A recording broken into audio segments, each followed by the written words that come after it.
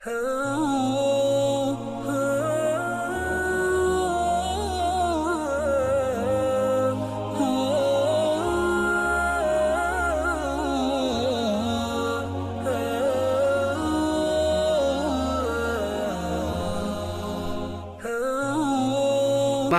رضی اللہ عنہ کے ظہور کی نشانیاں، علامتیں، ان میں سے ایک نشانی یہ ہے کہ آسمان سے فلک شگاف ندا آئے گی جو حضرت مہدی کے ظہور کی منادی کرے گی۔ یعنی آسمان سے ایک آواز ہوگی جس میں یہ اعلان ہوگا کہ حضرت مہدی ظاہر ہو چکے ہیں۔ اس علامت کا حقیقی مصداق تو بالکل واضح ہے، لیکن اول تو یہ کہ ان کے یہ ظہور کے بعد ہوگی۔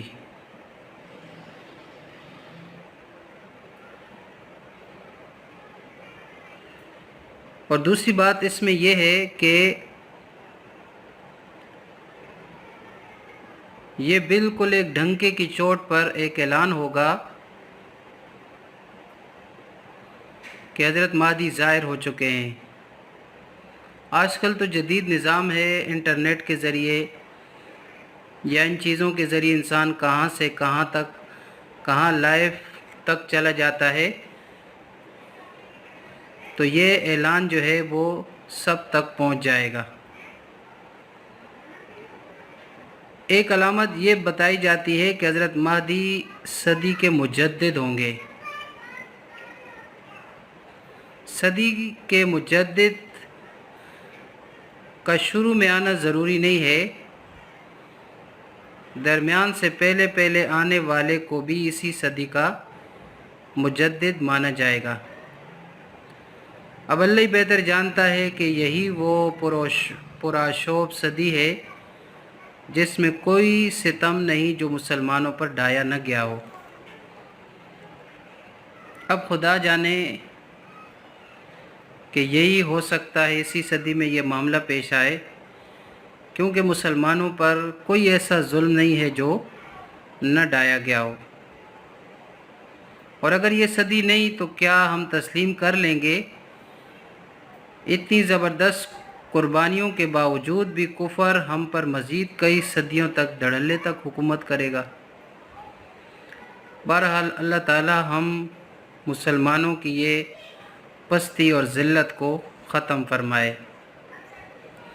حجاج نے کہا، اس نے حضرت علی سے سنا کہ رسول اللہ صلی اللہ علیہ وسلم نے فرمایا، چاہے دنیا کے لیے صرف ایک دن باقی ہو، اللہ تعالی ہم میں سے ایک آدمی کو بھیجے گا جو دنیا کو انصاف سے بھر دے گا، جس طرح یہ ظلم اور ستم اور ناانصافی سے بری ہوگی۔ یہ مسند احمد کی روایت ہے۔ ایک علامت یہ ہے کہ دریائے فرات کا پانی اپنی جگہ سے ہٹ جائے گا اور اس میں سونے کا پہاڑ ظاہر ہوگا۔ یہ دونوں جو دریا ہیں، دجلہ اور فرات، یہ دونوں ترکی سے نکلتے ہیں اور عراق سے گزرتے ہوئے خلیج عرب میں گرتے ہیں۔ ترکی نے فرات پر بہت سارے ڈیم بنائے ہیں، جن میں سے ایک اتاترک کے نام سے بہت بڑا ڈیم ہے۔ اس کی وسعت 816 مربع کلومیٹر ہے۔ خلافت عثمانیہ کے بعد ترکی میں فری میسن اقتدار میں رہے ہیں۔ اگر ترکی چاہے تو فرات کا پانی عراق سے بآسانی روک سکتا ہے، اور نبی صلی اللہ علیہ وسلم کی جو پیشن گوئی ہے، دنیا آنکھوں سے دیکھے گی کہ سونے کا پہاڑ ظاہر ہوتے ہی دنیا اس پر ٹوٹ پڑے گی، اور 100 میں سے 99 لوگ اسی لالچ میں مارے جائیں گے کہ شاید میں ہی وہ خوش نصیب ہوں جو اس سونے کا مالک بنے گا۔ مشہور علامت یہ ہے، حضرت ام سلمہ رضی اللہ عنہا سے روایت ہے کہ زمین اس لشکر کو نگل جائے گی جو حضرت مہدی سے لڑنے کے لیے نکلے گا۔ اس کا مطلب یہ ہو سکتا ہے کہ زمین یک لخت پھٹ جائے گی اور اس بد نصیب فوج کو دیکھتے ہی دیکھتے لقمہ بنا لے گی جو مسلمان ہونے کے دعوے دار ہو کر بھی مسلمانوں کے نجات دہندہ قائد حضرت مہدی سے لڑنے کے لیے نکلیں گے۔ یہ بھی امکان ہے کہ یہ لشکر جب شام سے آئے گا، شام کے لفظ میں لبنان اور فلسطین یعنی موجودہ اسرائیل کے علاوہ اردن بھی شامل ہے، جہاں کافی عرصے سے حرمین کا ایک غدار خاندان حکمران ہے جس کی ملکائیں امریکن یہودی یا برطانوی عیسائی ہوتی ہیں اور مسلمان حکمرانوں کو لبانے کے فن میں طاق ہوتی ہیں، اور اس کی مدد وہ امریکی افواج کریں گی جو عرض حرمین میں چھاؤنیاں بنا کر لمحہ موعود کے انتظار میں بیٹھی ہیں۔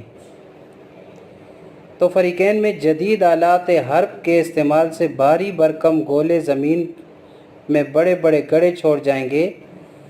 انہی گڑھوں اور ہیبتناک کھڈوں سے داغدار زمین جب الصادق المصدوق حضرت محمد صلی اللہ علیہ وسلم کو دکھائی گئی تو آپ نے بلا توقف اس کی حقیقت کے قریب ترین شاندار منظر کشی فرمائی۔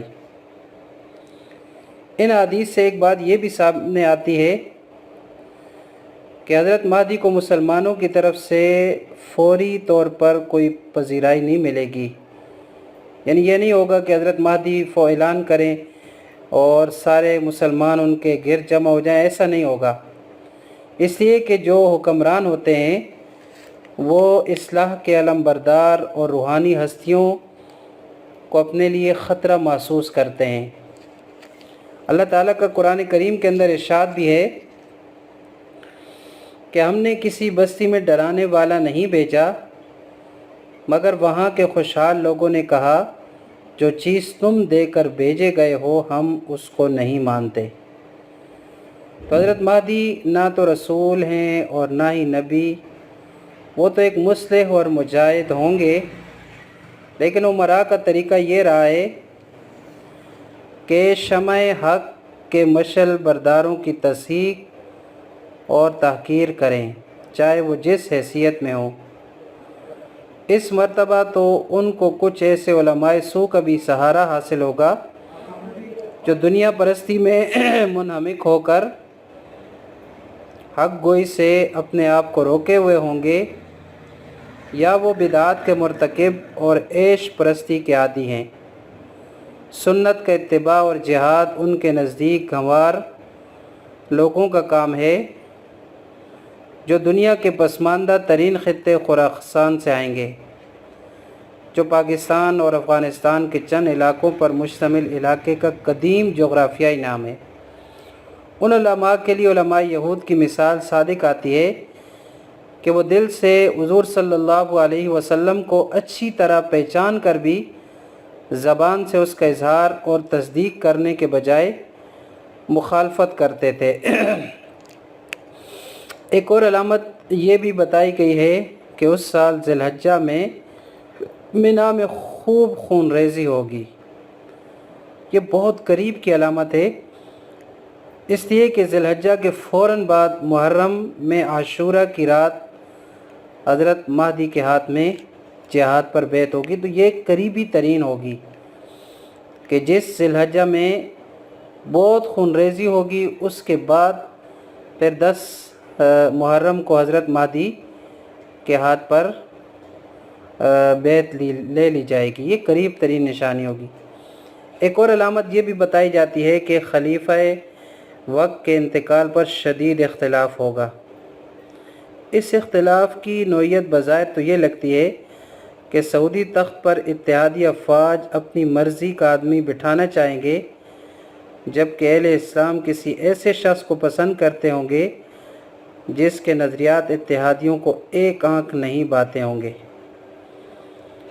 تو حضرت مہدی کے حالات پر نظر رکھنے والے کچھ حضرات تو اس کا مصداق شافات کو سمجھتے تھے، لیکن جب اس کا انتقال ہوا اور شاہ عبداللہ کی جانشینی خیریت سے انجام پا گئی تو پھر ان کے اندازوں کو زبردست ایک دھچکا بھی لگا، لیکن اندازے تو اندازے ہوتے ہیں۔